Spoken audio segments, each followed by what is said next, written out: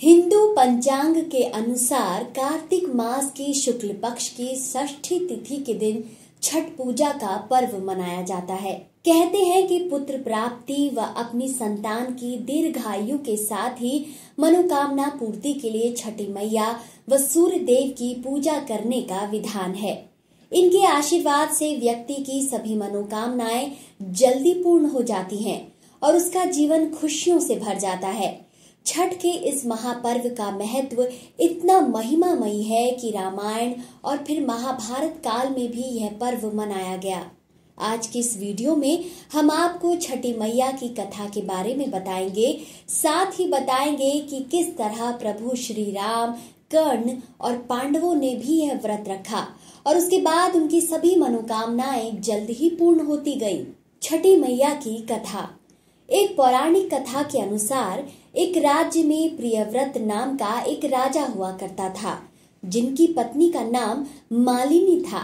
दोनों की कोई संतान न थी, जिस बात से राजा और रानी दोनों बहुत दुखी रहते थे। फिर एक दिन राजा ने संतान प्राप्ति के लिए महर्षि कश्यप से पुत्रेष्टि यज्ञ करवाया। यह यज्ञ सफल हुआ और रानी गर्भवती हो गई। राजा और उसकी प्रजा बहुत खुश हुए, लेकिन रानी को जब संतान हुई तो वह एक सुंदर बालक था जो मृत जन्मा। इस बात से राजा और रानी दोनों और भी ज्यादा दुखी हो गए। अब उन्होंने संतान प्राप्ति की आशा ही छोड़ दी थी। राजा प्रियव्रत इतने दुखी हुए कि उन्होंने आत्महत्या का मन बना लिया और जैसे ही वो खुद को मारने के लिए आगे बढ़े, वैसे ही षष्ठी देवी उनके सम्मुख प्रकट हो गई। उन्होंने राजा से कहा कि जो भी व्यक्ति मेरी सच्चे मन से पूजा करता है, मैं उन्हें पुत्र का सौभाग्य प्रदान करती हूँ। यदि तुम भी मेरी पूजा करोगे तो तुम्हें पुत्र रत्न की प्राप्ति होगी। राजा प्रियव्रत ने देवी की बात मानी और कार्तिक शुक्ल की षष्ठी तिथि के दिन देवी षष्ठी की पूजा श्रद्धा भाव से की। इस पूजा से देवी षष्ठी बहुत खुश हुई और उन्होंने राजा को पुत्र प्राप्ति का वरदान दिया।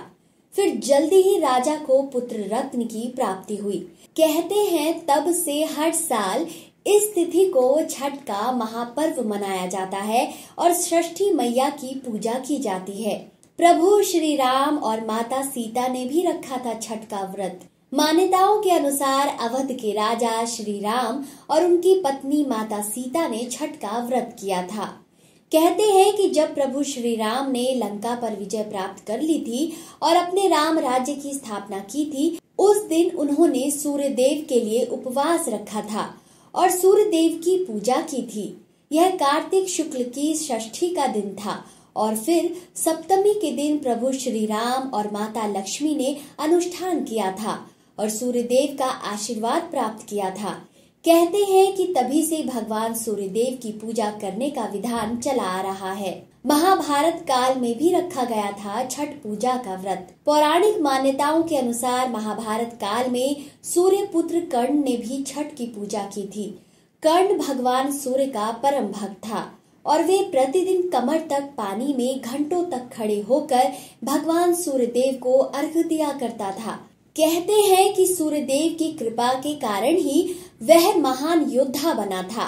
आज भी छठ में सूर्य देव को अर्घ्य देने की परंपरा प्रचलित है। इतना ही नहीं, पांडवों ने भी छठ का व्रत करने के बाद अपना खोया हुआ राजपाट पुनः प्राप्त किया था। जब पांडव अपना सारा राजपाट कौरवों से जुए में हार गए थे, तब द्रौपदी ने छठ का व्रत रखा था और मान्यता मांगी थी कि जल्द ही उनका खोया हुआ राजपाट वापस मिल जाए। कहते हैं कि द्रौपदी द्वारा छठ का व्रत रखने की वजह से पांडवों को दोबारा उनका राजपाट वापस मिल पाया था। तो दोस्तों, कैसी लगी आपको हमारी ये वीडियो? अपनी राय कमेंट सेक्शन में जरूर बताएं।